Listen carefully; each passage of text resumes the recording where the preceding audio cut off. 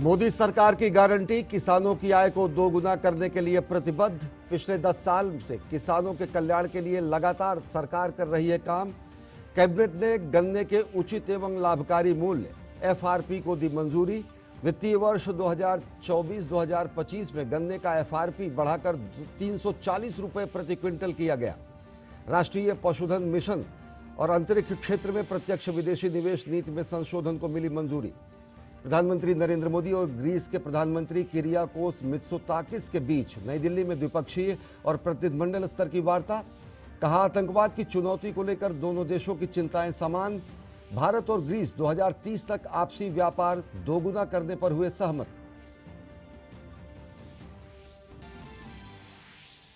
नवे रायसीना संवाद के उद्घाटन सत्र में शामिल हुए प्रधानमंत्री नरेंद्र मोदी। ग्रीस के प्रधानमंत्री ने दिया मुख्य वक्तव्य। कहा, विश्व मंच पर बड़ी ताकत बन चुका है भारत। यूरोप सहित पूरी दुनिया के लिए अहम बन चुकी है भारत की साझेदारी। भारत मध्य पूर्व यूरोप गलियारे को बताया ऐतिहासिक पहल।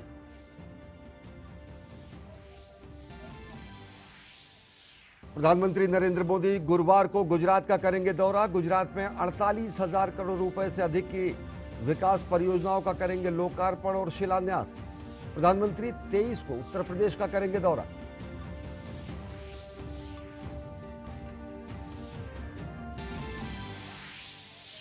केंद्रीय कृषि एवं किसान कल्याण मंत्री अर्जुन मुंडा ने कहा, सरकार प्रदर्शनकारी किसानों के साथ न्यूनतम समर्थन मूल्य, फसल विविधीकरण, पराली और एफआईआर सहित सभी मुद्दों पर चर्चा के लिए तैयार।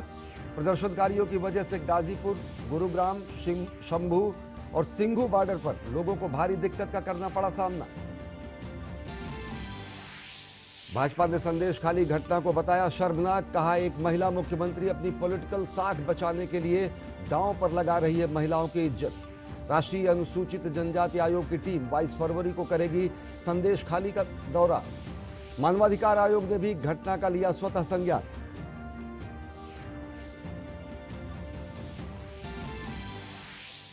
पाकिस्तान में सरकार गठन के लिए पीपीपी और पीएमएल-एन के बीच हुआ समझौता। शाहबाज शरीफ होंगे प्रधानमंत्री, आसिफ अली जरदारी बनेंगे राष्ट्रपति।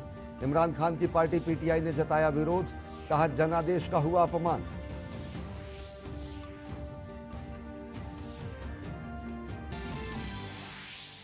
और खेलो इंडिया विंटर गेम्स के दूसरे चरण की गुलमर्ग में हुई शुरुआत। 20 राज्यों और केंद्र शासित प्रदेशों के करीब 1000 एथलीट ले रहे हैं हिस्सा।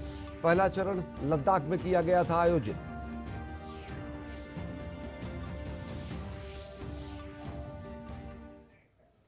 नमस्कार, मैं हूं अश्विनी कुमार मिश्र। देखते हैं खबरों को विस्तार से। प्रधानमंत्री नरेंद्र मोदी की अध्यक्षता में हुई कैबिनेट की बैठक में गन्ने के उचित एवं लाभकारी मूल्य यानी एफआरपी में बढ़ोतरी को मंजूरी दी गई है। केंद्रीय मंत्री अनुराग सिंह ठाकुर ने कहा कि चीनी मिलों द्वारा किसानों को गन्ने का उचित एवं लाभकारी मूल्य सुनिश्चित करने के लिए आगामी गन्ना सीजन के लिए 1 अक्टूबर 2024 से 30 सितंबर 2025 की अवधि में मूल्य निर्धारित करने का निर्णय लिया गया है। वित्तीय वर्ष 2024-2025 में गन्ने का एफआरपी बढ़ाकर 340 रुपए प्रति क्विंटल निर्धारित किया गया है। वर्ष 2024-25 के लिए 340 रुपए प्रति क्विंटल मूल्य निर्धारित किए जाने का निर्णय किया गया है। पिछले वर्ष यानी कि 2023-24 में एफआरपी जो था, जो इसकी उचित मूल्य था, वो पिछले साल 315 रुपए था, जो बढ़कर इस साल 340 रुपए प्रति क्विंटल कर दिया गया है। ये 340 रुपए प्रति क्विंटल का मूल्य चीनी की लगभग 10.25% रिकवरी के रेट के लिए मिलेगा और प्रति 0.1% एक्स्ट्रा रिकवरी पर 3 रुपए 32 पैसे प्रति क्विंटल का अतिरिक्त प्रीमियम मिलेगा। और कैबिनेट की बैठक में राष्ट्रीय पशुधन मिशन में संशोधन को मंजूरी दी गई। केंद्रीय मंत्री अनुराग सिंह ठाकुर ने कहा कि राष्ट्रीय पशुधन मिशन के तहत एक उप योजना को पशुपालन और डेयरी मंत्रालय से ये योजना जुड़ी है, जिसमें भारवाही पशु जैसे ऊंट, घोड़ा, गधा, खच्चर की संख्या लगातार देश में घट रही है। इसलिए पशुधन और मुर्गी पालन के उत्पादन में सुधार लाने के लिए राष्ट्रीय पशुधन मिशन चलाया जा रहा है। पशुधन एवं पोल्ट्री की प्रोडक्टिविटी में सुधार लाने के लिए तथा फॉडर और फीड की उपलब्धता को बढ़ाने के लिए नेशनल लाइवस्टॉक मिशन चलाया जा रहा है और इसके अंतर्गत ब्रीड इंप्रूवमेंट, नस्ल को सुधार करने के लिए ब्रीड मल्टीप्लिकेशन फॉर्म बनाने का काम हो रहा है। अच्छी क्वालिटी के फॉडर के सीड प्रोडक्शन और सर्टिफिकेशन संबंधी कार्य किए जा रहे हैं और इसके लिए एंटरप्रेन्योर्स के रूप में कोई व्यक्ति हो, इंडिविजुअल हो, सेल्फ हेल्प ग्रुप हो, फार्मर प्रोड्यूसर ऑर्गेनाइजेशन हो, फार्मर्स की कोऑपरेटिव ऑर्गेनाइजेशन हो, इन सबको 50% कैपिटल सब्सिडी इसका प्रावधान दिया गया है और जिसकी अधिकतम सीमा 50 लाख रुपए रखी गई है। इसके अतिरिक्त पशुधन का इंश्योरेंस और रिसर्च एंड डेवलपमेंट के कार्य भी किए जाते हैं। और केंद्रीय मंत्रिमंडल ने साल 2021-2022 से 2025-2026 की अवधि के दौरान 1179.72 करोड़ रुपए की कुल लागत पर महिलाओं की सुरक्षा पर अम्ब्रेला योजना के कार्यान्वयन को जारी रखने के गृह मंत्रालय के प्रस्ताव को मंजूरी दी है। महिलाओं के सुरक्षा संबंधित विभिन्न इनिशिएटिव को कंसोलिडेट करते हुए एक umbrella scheme safety for women को वर्ष 2025-26 तक लागू करने का निर्णय लिया गया है, जिसमें 24/7 इमरजेंसी हेल्पलाइन नंबर 112 की व्यवस्था को स्केल अप किया जाएगा, इनके बढ़ा दिया जाएगा तथा कॉल वॉल्यूम्स की त्वरित गति से हैंडल किया जाएगा। और केंद्रीय मंत्रिमंडल के अहम फैसले में अंतरिक्ष क्षेत्र में प्रत्यक्ष विदेशी निवेश नीति में संशोधन को मंजूरी दी गई। केंद्रीय मंत्री ने बताया कि एफडीआई नीति में संशोधन प्रधानमंत्री नरेंद्र मोदी द्वारा निर्धारित आत्मनिर्भर भारत के दृष्टिकोण को साकार करने के लिए किया गया है। Flood management and border area program, ये हमारे water resources, river development, Ganga reservation Bharat सरकार के इस प्रोग्राम को 4100 करोड़ रुपए की राशि उपलब्ध करवाई गई है 2021-22 से लेकर 2025-26 तक, जिसमें 2930 करोड़ रुपया फ्लड मैनेजमेंट प्रोग्राम कंपोनेंट के लिए एफएमपी के लिए दिया जाएगा और 1160 करोड़ रुपया आरएमबीए कंपोनेंट के लिए river management and border area program के अंतर्गत दिया जाएगा। इसका फंडिंग का पैटर्न जो है ये 60-40 रेशो रहेगी, 60% केंद्र सरकार का, 40% राज्य की सरकार का। और जो पूर्वोत्तर के राज्य और पहाड़ी राज्य हैं, पहाड़ी राज्यों में जम्मू कश्मीर, हिमाचल और उत्तराखंड आता है और नॉर्थ ईस्ट के हमारे बाकी राज्य, इनके लिए फंडिंग 90% भारत सरकार, 10% राज्य की सरकारें देगी और यूनियन टेरिटरीज के लिए 100% हम लोग भारत सरकार की ओर से देंगे। प्रधानमंत्री नरेंद्र मोदी की अध्यक्षता में केंद्रीय मंत्रिमंडल ने 2026 तक की अवधि के लिए बाढ़ प्रबंधन एवं सीमा क्षेत्र कार्यक्रम एफएमबीएपी को मंजूरी दी। इस कार्यक्रम के तहत कुल 4100 करोड़ रुपए खर्च होंगे। और अब खबर ग्रीस के प्रधानमंत्री की भारत यात्रा की। भारत की 2 दिवसीय राजकीय यात्रा पर आए ग्रीस के प्रधानमंत्री किरियाकोस मित्सोटाकिस को बुधवार को नई दिल्ली में राष्ट्रपति भवन के प्रांगण में औपचारिक रूप से गार्ड ऑफ ऑनर दिया गया। ग्रीस के प्रधानमंत्री के साथ प्रधानमंत्री नरेंद्र मोदी ने द्विपक्षीय वार्ता की, जिसमें दोनों नेताओं ने कहा कि आतंकवाद के खिलाफ लड़ाई में भारत और ग्रीस की चिंताएं और प्राथमिकताएं समान हैं। दोनों देश 2030 तक परस्पर व्यापार को दोगुना करने के लिए सहमत हुए हैं। ग्रीस के प्रधानमंत्री किरियाकोस मित्सोताकिस पीएम मोदी के साथ द्विपक्षीय वार्ता के लिए दिल्ली के हैदराबाद हाउस पहुंचे।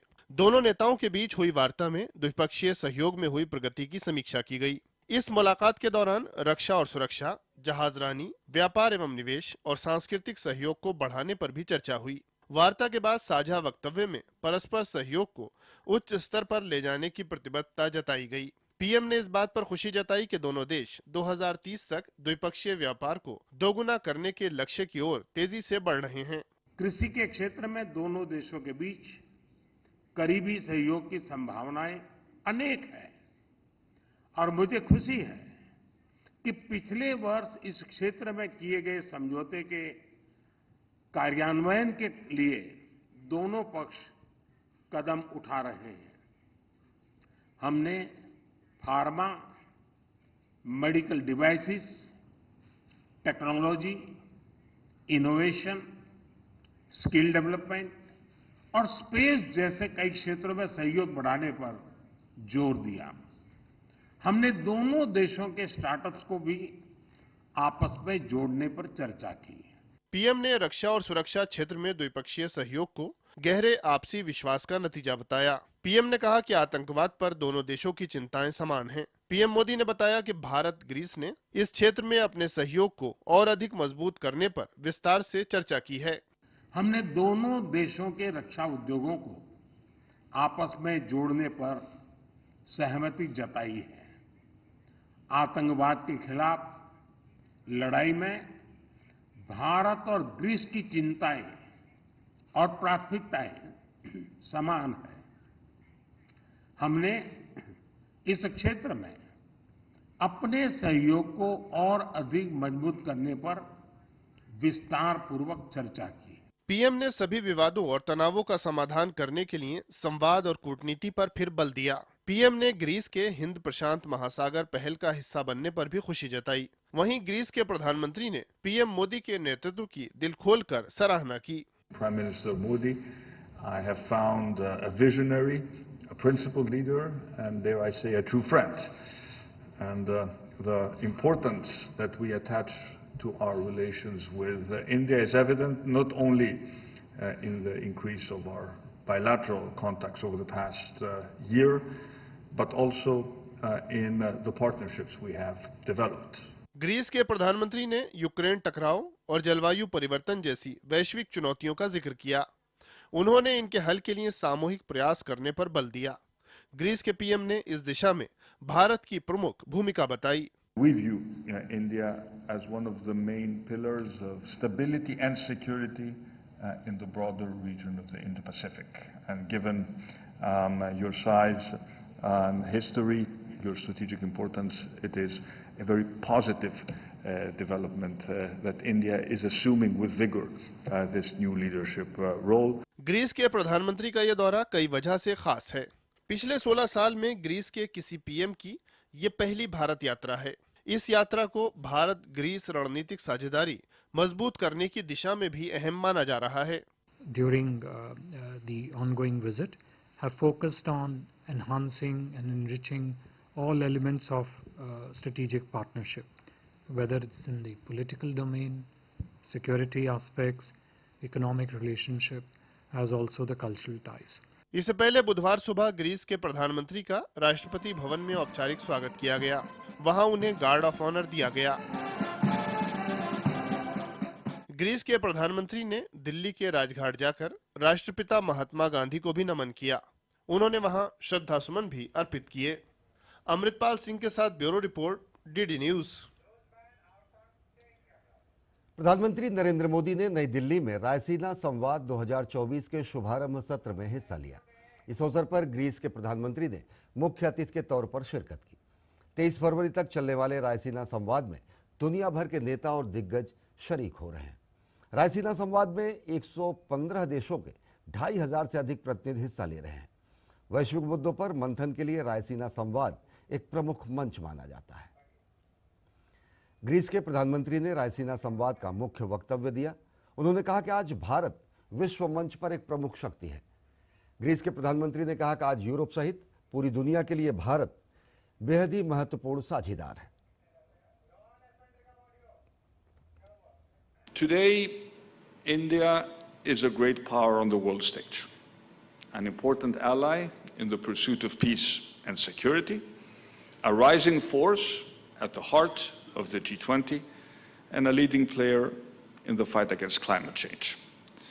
India's status is reflected in the strategic relations that the European Union enjoys with India. Strengthening our partnership with India, and I'm speaking about Europe, should be a cornerstone of Europe's foreign policy. And this is certainly true for my country.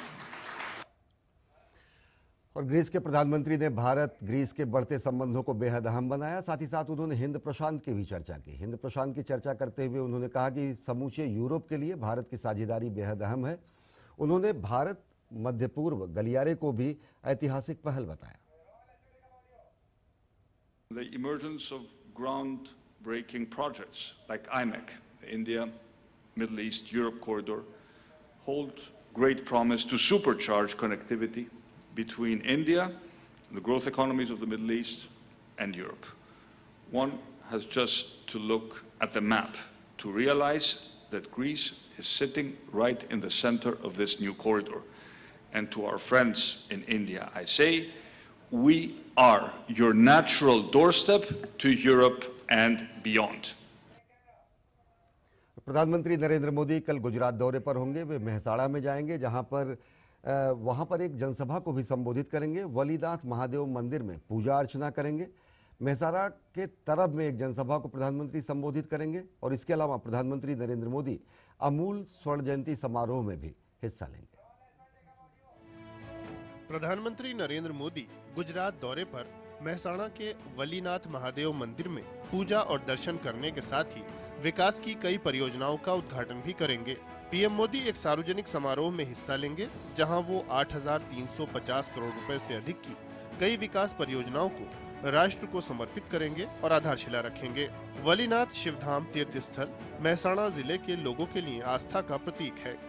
हमारे यशस्वी PM साहब इस मंदिर के दर्शन के लिए आ रहे हैं, जो हमारे लिए, पूरे गुजरात के लिए और हमारे पूरे समाज के लिए एक पूरे गौरव की बात है। ये जो मंदिर वालीनाथ का है वो 900 साल पुराना है और इसकी जो आस्था है रबारी समाज की, वो बहुत बढ़िया आस्था है और सब समाज के पब्लिक यहाँ पे आ रही है। लोगों के अंदर ये मंदिर के प्रति तो बहुत ही उत्साह था और साथ में मोदी जी आ रहे हैं, उससे ये उत्साह दोगुना हो गया है।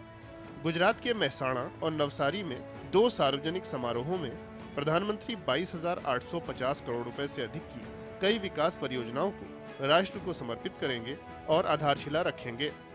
इन परियोजनाओं में गांधीनगर, अहमदाबाद, बनासकांठा, आनंद, मेहसाणा, कच्छ, खेड़ा, भरूच, तापी, वडोदरा, सूरत जैसे जिलों में सड़क, रेल, ऊर्जा, स्वास्थ्य, इंटरनेट कनेक्टिविटी, शहरी विकास, जल आपूर्ति और पर्यटन जैसे महत्वपूर्ण क्षेत्र शामिल होंगे। मेहसाणा में सार्वजनिक समारोह में प्रधानमंत्री भारत नेट चरण 2, Gujarat fibre grid network limited सहित महत्वपूर्ण परियोजनाओं को राष्ट्र को समर्पित करेंगे, जो 8,000 से अधिक ग्राम पंचायतों को हाई स्पीड इंटरनेट प्रदान करेगा। मेहसाणा और बनासकांठा जिलों में रेल लाइन दोहरीकरण, गेज परिवर्तन, नई ब्रॉडगेज लाइन के लिए कई परियोजनाएं, खेड़ा, गांधीनगर, अहमदाबाद और मेहसाणा में कई सड़क परियोजनाएं, गांधीनगर में गुजरात जैव प्रौद्योगिकी विश्वविद्यालय का मुख्य शैक्षणिक भवन और बनासकांठा में कई जल आपूर्ति परियोजनाएं शामिल हैं। कार्यक्रम के दौरान प्रधानमंत्री आनंद जिले में नए जिला स्तरीय अस्पताल और आयुर्वेदिक अस्पताल सहित कई महत्वपूर्ण परियोजनाओं की आधारशिला भी रखेंगे। बनासकांठा में अंबाजी क्षेत्र में रिंचड़िया महादेव मंदिर और झील का विकास, गांधीनगर, अहमदाबाद, बनासकांठा और मेहसाणा में कई सड़क परियोजनाएं, वायुसेना स्टेशन, दीसा का रनवे, अहमदाबाद में मानव और जैविक विज्ञान गैलरी, गिफ्ट सिटी में गुजरात बायोटेक्नोलॉजी रिसर्च सेंटर की नई इमारत, गांधीनगर, अहमदाबाद और बनासकांठा सहित अन्य में जलापूर्ति में सुधार के लिए कई परियोजनाएं हैं। प्रधानमंत्री नरेंद्र मोदी के गुजरात दौरे के दौरान राज्य को जिन विकास परियोजनाओं की सौगात मिलने जा रही है, उससे स्थानीय स्तर पर तरक्की के नए द्वार तो खुलेंगे ही, साथ ही युवाओं के लिए बड़ी संख्या में रोजगार का सृजन भी होगा। मेहसाणा, गुजरात से अभिषेक सिंह की रिपोर्ट, डीडी न्यूज। और किसानों का न्यूनतम समर्थन मूल्य के मुद्दे पर प्रदर्शन जारी है और इसका असर कहीं न कहीं लोगों के जनजीवन पर विपरीत तरीके से पड़ रहा है। दिल्ली एनसीआर के कई इलाकों में आज दिन भर जाम लगा रहा। शंभू बॉर्डर और सिंघू बॉर्डर पर किसानों के प्रदर्शन के चलते लोगों के आवागमन में तो दिक्कत हुई ही, साथ ही साथ जो मजदूर हैं, जो आजीविका के लिए एनसीआर और अन्य क्षेत्रों में जाते हैं, उनकी आजीविका पर भी प्रतिकूल प्रभाव पड़ा है। इस सबके बीच केंद्रीय कृषि एवं किसान कल्याण मंत्री अर्जुन मुंडा ने किसानों से बातचीत के रास्ते के लिए उन्हें प्रस्ताव भेजा। 5वें दौर की वार्ता के लिए उन्हें निमंत्रण दिया, लेकिन फिर भी किसानों का आंदोलन जारी है। किसान आंदोलन के विरोध प्रदर्शन को लेकर किसान नेताओं के बयानों में भारी विरोधाभास देखने को मिल रहा है। एक तरफ तो किसान नेताओं ने अपना दिल्ली चलो विरोध मार्च स्थगित करने की घोषणा की है, तो दूसरी तरफ बयानों के उलट दिल्ली के बॉर्डर पर उनका उग्र प्रदर्शन भी जारी है। किसान पुलिस बैरिकेडिंग के साथ तोड़फोड़ कर रहे हैं, जबकि उन्होंने केंद्र के साथ 5वें दौर की बातचीत के समाप्त होने तक यात्रा को स्थगित किया है। फसलों के लिए न्यूनतम समर्थन मूल्य पर कानूनी गारंटी को लेकर केंद्र और किसान के बीच 4 दौर की बातचीत हो चुकी है। किसानों के दिल्ली कूच करने के मद्देनजर पंजाब, हरियाणा और हरियाणा दिल्ली बॉर्डरों पर सुरक्षा व्यवस्था बढ़ा दी गई है। साथ ही हरियाणा के 7 जिलों में लगे इंटरनेट बैन को बढ़ा दिया गया है। वहीं हरियाणा के बहादुरगढ़ में झज्जर पुलिस ने फ्लैग मार्च निकाला। आंदोलन कर रहे किसान शंभू बॉर्डर पर भारी भरकम मशीनों के साथ पहुंचे हैं। वहीं सिंघू बॉर्डर पर भी लोगों का बुरा हाल है। जाम के चलते आना जाना मुश्किल हो गया है। मजबूरी में लोगों को कई किलोमीटर पैदल यात्रा करनी पड़ रही है। सबसे ज्यादा परेशानी बुजुर्गों और गर्भवती महिलाओं को हो रही है। बहुत ज्यादा दिक्कत होती है आने जाने में, 2-3 घंटे लग जाते हैं आने जाने में। और काम धंधा जो है बिल्कुल चौपट होते जा रहे हैं। काम धंधा जीरो हो गए, काम धंधा बिल्कुल खत्म हो रहे हैं। बहुत असर पड़ रहा है, जाम में फंसे रहते हैं, बहुत देर घंटों तक जाम में फंसे रहते हैं। परेशानी का तो हब बन चुका है ये। किसान आंदोलन के नाम पर ऐसे पब्लिक को परेशान किया जा रहा है। हरियाणा के इस बॉर्डर पर जब लोगों को एक जगह से दूसरी जगह जाना होता है तो आप देख सकते हैं कितना संकरा रास्ता है। दरअसल आंदोलन के चलते रास्ता इतना छोटा हो गया है, जिसके चलते लोगों को बॉर्डर से इस पार से उस पार जाने के लिए केवल पैदल ही सहारा है। दिल्ली से सटे गाजीपुर बॉर्डर पर भी लोग जाम से जूझते नजर आए। जरूरी काम के लिए घर से निकले लोगों का आधा दिन जाम में निकल रहा है। खास तौर पर बुजुर्गों के लिए मुश्किलें और बढ़ गई हैं। जाम है बहुत तगड़ा। अभी मुझे 10 किलोमीटर का सफर 1-1.5 घंटा लग गया आते हुए वहाँ तक विजयनगर से। बहुत तगड़ा जाम है। करीब 1.5 घंटा हो गया मुझे वहाँ से यहाँ तक आने में। सारा जाम ही जाम है, किसान आंदोलन की वजह से ही हो रहा है। केंद्रीय मंत्री अर्जुन मुंडा ने किसान नेताओं को 5वें दौर की बातचीत के लिए आमंत्रित किया है।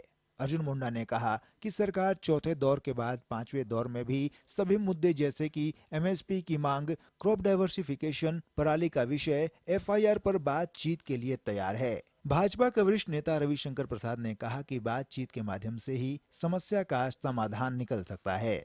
हमारी यही अपील है कि सारे जो ऐसे किसान संगठनों के लोग हैं वो संयमता के साथ वार्ता में भाग लेकर इसका अस्थायी समाधान के क्या क्या रास्ता हो सकते हैं उस पर हम चर्चा करते हुए आगे बढ़ें और चर्चा के माध्यम से समाधान करें।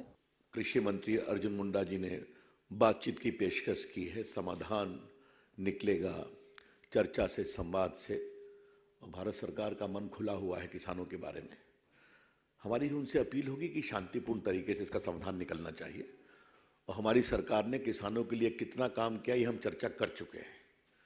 तो किसानों का विकास हमारी बहुत बड़ी प्रायोरिटी है, हमेशा रहेगी। वहीं अंबाला पुलिस ने एक प्रेस नोट जारी कर जानकारी दी है कि दिल्ली कूच करने के लिए लगभग 1200 ट्रैक्टर और ट्रॉलियों के साथ लगभग 10,000 किसान शंभू बॉर्डर में मौजूद हैं। पुलिस की ओर से बताया गया है कि किसानों की भीड़ ने पुलिस बैरिकेड्स पर हमला करने के लिए पोकलेन मशीनों और जेसीबी की भी व्यवस्था की है।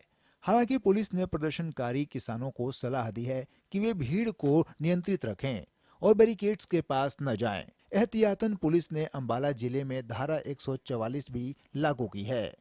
हरियाणा पुलिस किसानों द्वारा शांतिपूर्वक प्रदर्शन करते हुए भारी मशीनें जैसे जेसीबी, पोकलेन, हाइड्रा इत्यादि का इस्तेमाल न करने की घोषणा का स्वागत करती है। हरियाणा पुलिस प्रदर्शनकारियों से यह भी अपील करती है कि वे शांति बनाए रखें, कानून व्यवस्था अपने हाथ में ना लें और धारा 144 का उल्लंघन ना करें।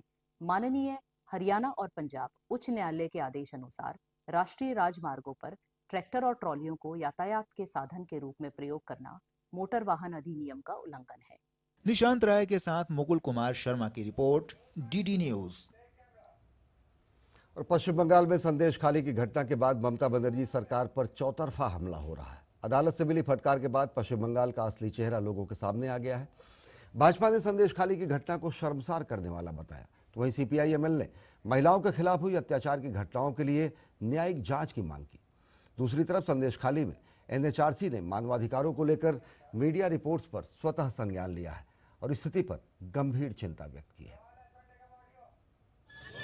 संदेश खाली मुद्दे पर राज्य की टीएमसी सरकार लगातार घिरती जा रही है। हर ओर से घिरने और अदालत की कड़ी फटकार के बाद टीएमसी के लिए अपना बचाव करना मुश्किल हो गया है। ऐसे में वो रोज नए नए मुद्दे खोज रही है। भाजपा भी संदेश खाली की घटना को लेकर ममता सरकार पर हमलावर है। भाजपा नेता रविशंकर प्रसाद ने बंगाल की घटना को शर्मनाक बताया और कहा कि एक महिला मुख्यमंत्री अपनी राजनीतिक साख बचाने के लिए महिलाओं की इज्जत को दांव पर लगा रही है। अखिल भारत हिंदू महासभा की 5 सदस्यीय टीम और CPI ML पार्टी प्रतिनिधि मंडल ने संदेश खाली थाने में विरोध प्रदर्शन के बारे में बताया। CPI ML नेता वासुदेव बोस ने महिलाओं के खिलाफ हुए अत्याचारों के लिए न्यायिक जांच की मांग की। हमें लज्जा हो रही है, इतनी भी हिम्मत नहीं है कहने की, तो इसे क्या कहा जाए? बीजेपी सारे बिखरते हुए इंडिया गठबंधन के नेताओं से एक सवाल करना चाहती है, आप क्यों खामोश हैं? क्या देश की संदेश खाली की बहनों माताओं की इज्जत का कोई आपके लिए पैमाना नहीं है क्या? यहाँ पे जो प्रॉब्लम हुआ है तो इसका क्या जानकारी है, अर्थात हाल हकीकत क्या है, ये छानबीन करने के लिए हम लोग आए थे और लगभग 2-2.5 घंटे से हम लोग घूम रहे थे यहाँ पे। तो जेलेपाड़ा, सिंघोपाड़ा, नौस्कोरपाड़ा, ये सब जगह पे हम लोग गए थे। हम लोग इमीडिएट डिमांड किया गया शेख शाहजहां को इमीडिएट इसको फौरन तुरंत गिरफ्तार करना चाहिए। दूसरी बात, जहां पर महिला लोग के ऊपर अत्याचार हुआ इसके तुरंत इन्वेस्टिगेशन करके जुडिशियल इंक्वायरी करके जो दोषी लोग हैं इसको गिरफ्तार करना चाहिए। पश्चिम बंगाल के DGP राजीव कुमार ने संदेश खाली का दौरा कर स्थिति का जायजा लिया। इस बीच भाजपा अध्यक्ष सुकांत मजूमदार ने हावड़ा के जिला अस्पताल में पांचला में घायल हुए लोगों से मुलाकात की। उन्होंने कहा कि पार्टी कोलकाता में 26 तारीख से 3 दिवसीय विरोध प्रदर्शन करेगी। चाहे संदेश खाली हो या पांचला हो, जहां जनगणना में परिवर्तन हुआ है वहां हिंदू महिलाओं के साथ अत्याचार हो रहा है। वहीं मुख्यमंत्री शूटिंग में व्यस्त हैं और बंगाल में महिलाओं की स्थिति खराब है। वहीं संदेश खाली पर शर्मसार होने के बाद ममता बनर्जी पुलिस की आड़ में जनता का ध्यान मुद्दे से भटकाने की कोशिश कर रही हैं। पश्चिम बंगाल की पुलिस ने भाजपा नेता शुवेंदु अधिकारी पर एक सिख IPS अधिकारी को खालिस्तानी बताने का आरोप लगाया है, लेकिन शुवेंदु अधिकारी ने आरोपों को खारिज करते हुए कहा कि 24 घंटे के भीतर आरोपों को साबित किया जाए, अन्यथा परिणाम भुगतने के लिए तैयार रहें। वहीं पश्चिम बंगाल भाजपा ने राज्य की पुलिस के कारनामे उजागर करते हुए कहा है कि शर्म की बात है कि पश्चिम बंगाल पुलिस ममता बनर्जी के हाथों का राजनीतिक मोहरा बनने को तैयार है और धर्म को इसमें घसीट रही है। संदेश खाली में सत्तारूढ़ तृणमूल कांग्रेस के नेताओं द्वारा स्थानीय लोगों पर कथित अत्याचार किए जाने को लेकर विरोध प्रदर्शन हो रहा है।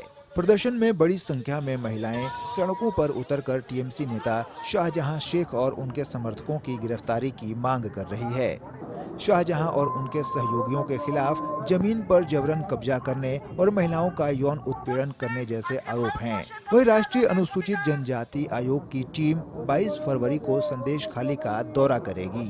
आयोग के उपाध्यक्ष और NC/ST की टीम घटना स्थल पर जाएगी। Bureau report, DD news. और कांग्रेस नेता राहुल गांधी एक बार फिर अपने विवादित बयानों से चर्चा में है। राहुल गांधी ने काशी के युवाओं पर आपत्तिजनक बयान देते हुए कहा कि काशी के युवा रात में बाजा बजाकर सड़कों पर शराब पीते दिखाई देते हैं। ये बयान उन्होंने रायबरेली में अपनी भारत जोड़ो न्याय यात्रा के दौरान दिया। राहुल गांधी के इस बयान की काफी आलोचना हो रही है। राहुल गांधी के विवादास्पद बयान पर बीजेपी काफी हमलावर है। केंद्रीय मंत्री स्मृति ईरानी ने पलटवार करते हुए कहा कि राहुल गांधी के मन में उत्तर प्रदेश के लिए कितना विष भरा हुआ है, ये उनकी इस अभद्र टिप्पणी से साफ जाहिर होता है। भ्रम की स्थिति में कांग्रेस के नेता राहुल गांधी घूम रहे हैं, ये मैं नहीं जानती, लेकिन इतना जरूर जानती हूं कि राहुल गांधी को कोई अधिकार नहीं कि काशी का अपमान करे, काशी वासियों का अपमान करें, उत्तर प्रदेश के नौजवानों का अपमान करें। उत्तर प्रदेश की युवा पीढ़ी मेहनत कश है। उत्तर प्रदेश की युवा पीढ़ी का कौशल पूरा देश, पूरा विश्व मानता है और प्रदेश का, काशी का इस प्रकार से अपमान जो उन्होंने किया है, उनको हम माफी की अपेक्षा उनसे नहीं करते। माफी वो मांगता है जिसमें संस्कार हो, जिसमें इस बात की शर्म हो, जो राहुल गांधी में नहीं है। वहीं भाजपा नेता रविशंकर प्रसाद ने कहा कि बेहद पीड़ादायक है। राहुल गांधी कब सीखेंगे? वे जिस तरह की भाषा बोल रहे हैं, इससे वे सिर्फ लोगों का अपमान ही करते हैं। पूरे यूपी की जनता, नौजवान नशे में डूबा हुआ है। ये कोई भाषा है क्या? उस प्रदेश से जहां उनके खानदान ने राज किया है और उनको इतनी साल वो उनकी माताजी एमपी रहे हैं, तो ये कोई भाषा बोलने वाली है? वो यूपी में जहां अभी हाईएस्ट इन्वेस्टमेंट आया है, जहां प्रधानमंत्री ने हजारों करोड़ का पूंजी निवेश किया है, जहां नौकरी के अवसर मिल रहे हैं, और वहां ये कह रहे हैं कि पूरा यूपी का नौजवान आजकल नशे में डूबा हुआ है। Rahul Gandhi ji, shame on you. देश आप पर शर्म कर रहा है। कृपया करके अपनी भाषा को सुधारिए। केंद्रीय आयुष मंत्री सर्बानंद सोनोवाल और केंद्रीय जनजातीय कार्य मंत्री अर्जुन मुंडा ने नई दिल्ली में 20,000 से ज्यादा जनजातीय विद्यार्थियों को लाभ पहुंचाने के लिए आयुर्वेदिक हस्तक्षेपों के माध्यम से स्वास्थ्य जांच और प्रबंधन की एक राष्ट्रीय स्तर की परियोजना शुरू की। आयुष मंत्रालय ने अपनी अनुसंधान परिषद CCRAS के माध्यम से जनजातीय कार्य मंत्रालय और ICMR NIRTH जबलपुर की सहभागिता में जनजातीय छात्रों के लिए स्वास्थ्य संबंधी पहल की। इस कार्यक्रम के माध्यम से जनजातीय जो विद्यार्थी है 6 क्लास से 12 क्लास तक के विद्यार्थियों को और 10 साल से 18 साल आयु के बच्चों को, तो यह एक स्पेशल प्रोग्राम के रूप में न केवल वो विद्यार्थी इन सारे चीज़ों में जागरूकता और उन्हें इसकी सुविधा प्राप्त होगी, बल्कि वो अपने परिवार के साथ में भी अपने इन बातों को गांव तक पहुंचा सकते हैं। और आगामी लोकसभा चुनाव के मद्देनजर बीजेपी के राष्ट्रीय अध्यक्ष जेपी नड्डा 2 दिवसीय मुंबई दौरे पर हैं। मुंबई पहुंचने पर जेपी नड्डा का गर्मजोशी से स्वागत किया गया। जेपी नड्डा ने पार्टी को मजबूत करने को लेकर चुनाव संचालन समिति के साथ टिफिन बैठक की और क्लस्टर चुनाव संचालन समिति के साथ भी बैठक की। इसके साथ जेपी नड्डा कई सार्वजनिक एवं सांगठनिक कार्यक्रमों में शामिल हुए। चंडीगढ़ मेयर चुनाव विवाद मामले में पिछले निर्वाचन अधिकारी अनिल मसीह द्वारा अमान्य घोषित 8 वोटों को सुप्रीम कोर्ट ने वैध माना है। सुप्रीम कोर्ट ने 30 जनवरी को मतगणना की प्रक्रिया का वीडियो देखने के बाद अपना फैसला दिया। इस अवसर पर वरिष्ठ वकील मुकुल रोहतगी ने सफाई दी कि अनिल मसीह ने जिन मतपत्रों को अमान्य माना था वो गलत तरीके से मोड़े गए थे। उन्होंने कहा कि मसीह का आकलन गलत हो सकता है, पर नीयत पर संदेह करना ठीक नहीं है। सुप्रीम कोर्ट के फैसले के बाद आम आदमी पार्टी के उम्मीदवार के चंडीगढ़ का मेयर बनने का रास्ता साफ हो गया।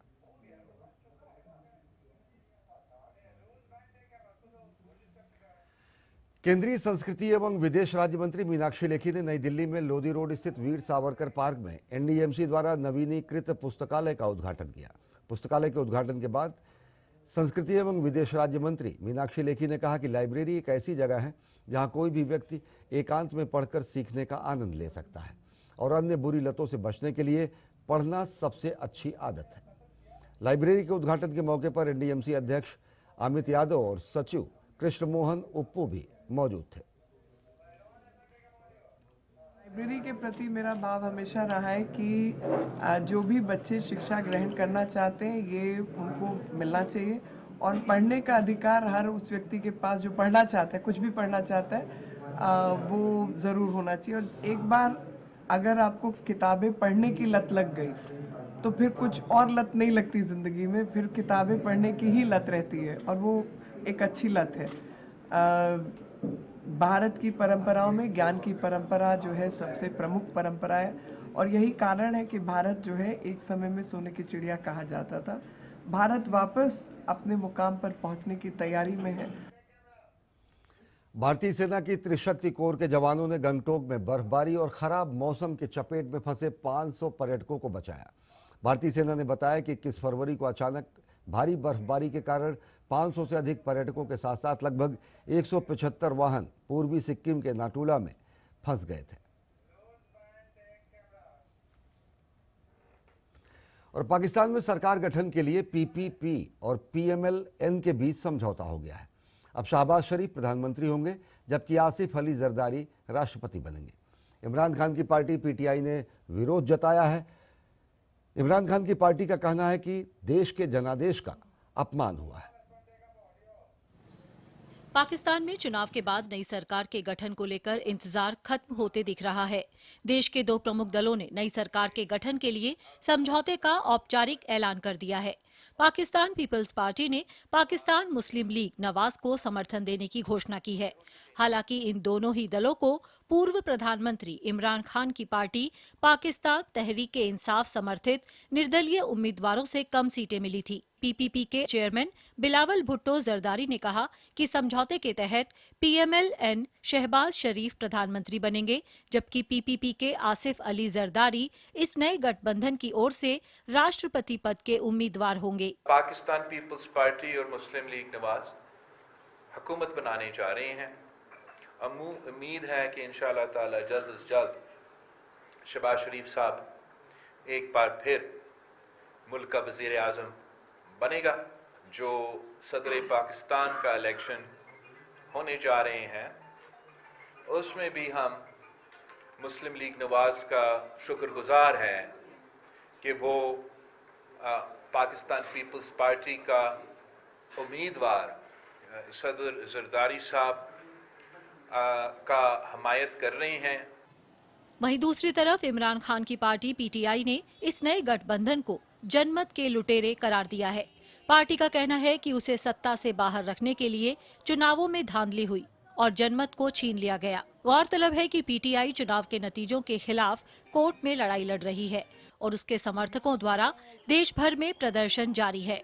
अब जब पीएमएल-एन और पीपीपी के गठजोड़ से पाकिस्तान में सरकार बनाए जाने का रास्ता साफ हो गया है, ऐसे में देश की आवाम के मुताबिक नई सरकार के गठन से भी उसके हालातों में सुधार नहीं आता दिख रहा है। जनता के मुताबिक पहले भी इन नेताओं ने सरकार में रहते हुए लोगों की भलाई के लिए कोई काम नहीं किया था। मुझे तो ये बिल्कुल ही नहीं लगता कि ये चल पाएंगे ना। तो अगर ये मुल्क की मैशियत का आज जो हाल चल रहा है, कौन लोग हैं? यही लोग तो थे। क्या किया इन लोगों ने इस मुल्क को कौम के लिए? गौरतलब है कि पाकिस्तान में इस महीने की शुरुआत में हुए विवादास्पद चुनाव के नतीजों में किसी भी पार्टी को स्पष्ट बहुमत नहीं मिला था। पूर्व पीएम इमरान खान जेल में बंद हैं और उनकी पार्टी के चुनाव चिन्ह को रद्द कर दिया गया था। नतीजे आए तो पीटीआई समर्थित निर्दलीय बड़ी संख्या में जीत कर आए, मगर कुल आंकड़ा बहुमत से दूर रहा। इससे पूर्व प्रधानमंत्री नवाज शरीफ के नेतृत्व वाली पीएमएल-एन और पीपीपी के बीच बातचीत का रास्ता खुल गया था। और खेलो इंडिया विंटर गेम्स के दूसरे चरण की शुरुआत आज से गुलमर्ग में हुई। पहला चरण 2 से 6 फरवरी तक लद्दाख में आयोजित किया गया था, जबकि दूसरा चरण 21 से 25 फरवरी तक गुलमर्ग कश्मीर में आयोजित हो रहा है। खेलो इंडिया विंटर गेम्स में 20 राज्य और केंद्र शासित प्रदेशों के लगभग 1000 एथलीट, अधिकारी और सहायक कर्मचारी हिस्सा ले रहे हैं।